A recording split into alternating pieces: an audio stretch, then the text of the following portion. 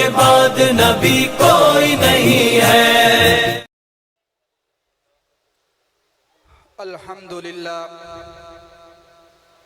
الحمدللہ والصلاة والسلام علی نبیہ الذی لا نبی بعدہ اما بعد فاعوذ باللہ من الشیطان الرجیم بسم اللہ الرحمن الرحیم ما كان محمد أبا أحد من رجالكم ولكن رسول الله وخاتم النبيين وكان الله بكل شيء عليما قال النبي صلى الله عليه وسلم أنا آخر الأنبياء وأنتم آخر الأمم وقال النبي صلى الله عليه وسلم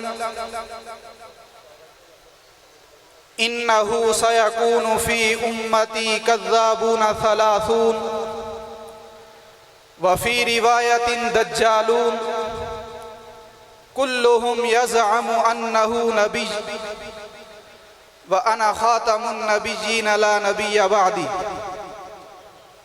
صدق الله العظيم وصدق رسوله النبی الکریم۔ سامعین ذی وقار، بزرگان دین، علماء کرام اور نوجوان ساتھیوں،